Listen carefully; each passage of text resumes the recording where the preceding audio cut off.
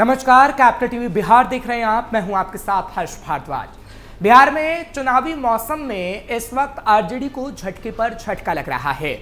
पटना से एक ऐसी तस्वीर सामने आई है जिसने कहीं ना कहीं कई सवालों को जन्म दे दिया है, क्योंकि आरजेडी अपने आप को मजबूत कहती है, लेकिन इस बीच आरजेडी कमजोर हो गई है और बीजेपी ने आरजेडी को एक बड़ा झटका दे दिया है।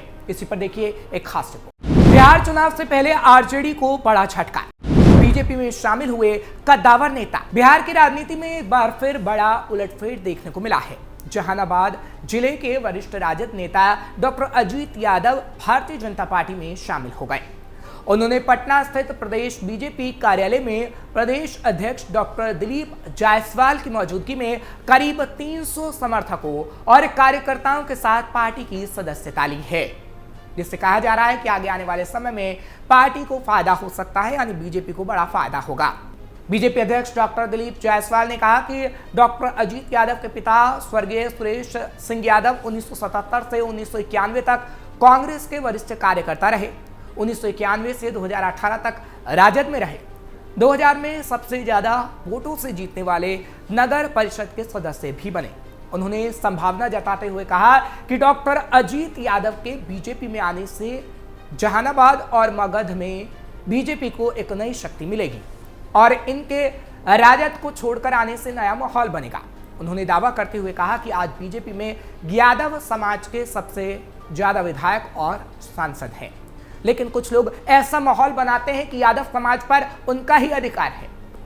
बीजेपी प्रदेश अध्यक्ष डॉक्टर जायसवाल ने घोषणा करते हुए कहा कि बीजेपी के कार्यकर्ता यादव समाज के सभी घरों में जाकर ये बताएंगे कि उनके सच्चे हितैषी सिर्फ और सिर्फ बीजेपी है। कृष्ण के वंशज बीजेपी के साथ ही रहेंगे। बीजेपी कार्यालय में प्रदेश अध्यक्ष डॉक्टर दिलीप जायसवाल ने कहा कि भगवान कृष्ण के वंशज बीजेपी के साथ ही रहेंगे। यादव समाज के नेताओं से मिलकर बीजेपी ये भी बताने की कोशिश करेगी कि अगर यादव समाज को किसी पार्टी ने सम्मान देने का काम किया है तो वो बीजेपी ही है। उन्होंने यादव समाज के लोगों को भरोसा देते हुए कहा कि आज कुछ दल यादवों को लेकर भले एकाधिकार की बात करती हो, लेकिन बीजेपी यादव समाज के लोगों को हृदय से सम्मान देती आई है, उन्हें आगे बढ़ाने का काम करती है। इस दौरान उन्होंने केंद्र के कई मंत्रियों और बिहार के कई विधायकों, सांसदों, एमएलसी का नाम लेते हुए कहा कि ज्यादातर यादव समाज के नेता बीजेपी के साथ हैं और कई दल यादव समाज के लिए ढिंडोरा पीटते हैं कि यादव हमारे साथ हैं। वो आरजेडी पर निशाना साध रहे थे और कह रहे थे कि यादव समाज इस वक्त बीजेपी के साथ है। बीजेपी यादव समाज के अधिकांश लोगों को अपने साथ जोड़ने का काम कर रही है। डॉक्टर अजीत यादव ने क्यों छोड़ी आरजेडी? मीडिया से बातचीत करते हुए डॉक्टर अजीत यादव ने कहा कि वो लंबे समय से राजद से जुड़े रहे, लेकिन उन्हें कभी पार्टी में उचित सम्मान नहीं मिला। उन्होंने कहा कि उनके पिता सुरेश यादव राजद के सक्रिय और समर्पित नेता थे, लेकिन पार्टी ने उन्हें वो पहचान नहीं दी जिसके वो हकदार थे। अजीत यादव ने कहा, जब मेरे पिता को कुछ नहीं मिला तो मेरे लिए भी पार्टी में कोई जगह नहीं बची। बीजेपी ने मुझे और मेरे समर्थकों को सम्मान दिया, इसलिए मैंने ये फैसला लिया।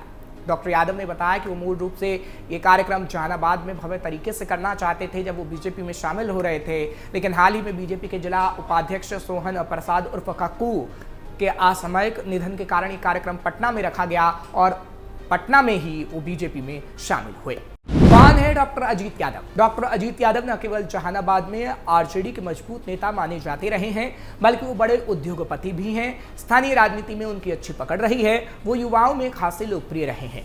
वो लंबे समय तक संगठन के लिए काम करते रहे, लेकिन लगातार अनदेखी के चलते उन्होंने पार्टी छोड़ने का फैसला लिया। हाल के दिनों में बीजेपी में शामिल हुए अन्य बड़े नेता। बिहार में बीजेपी लगातार विपक्षी दलों के नेताओं को अपनी ओर खींचने में जुटी है।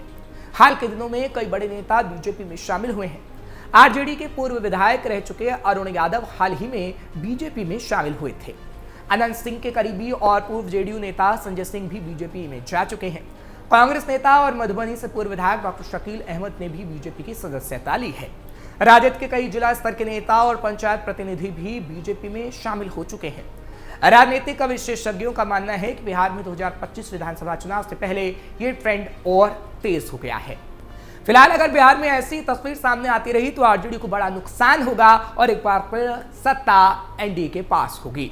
फिलहाल ऐसा होगा या नहीं ये तो आगे आने वाला वक्त ही बता पाएगा, लेकिन आपको ये खबर कैसी लगी कमेंट सेक्शन में जरूर बताएं। खबर को लाइक शेयर करें, कैपिटल टीवी को सब्सक्राइब करना मत भूलिएगा।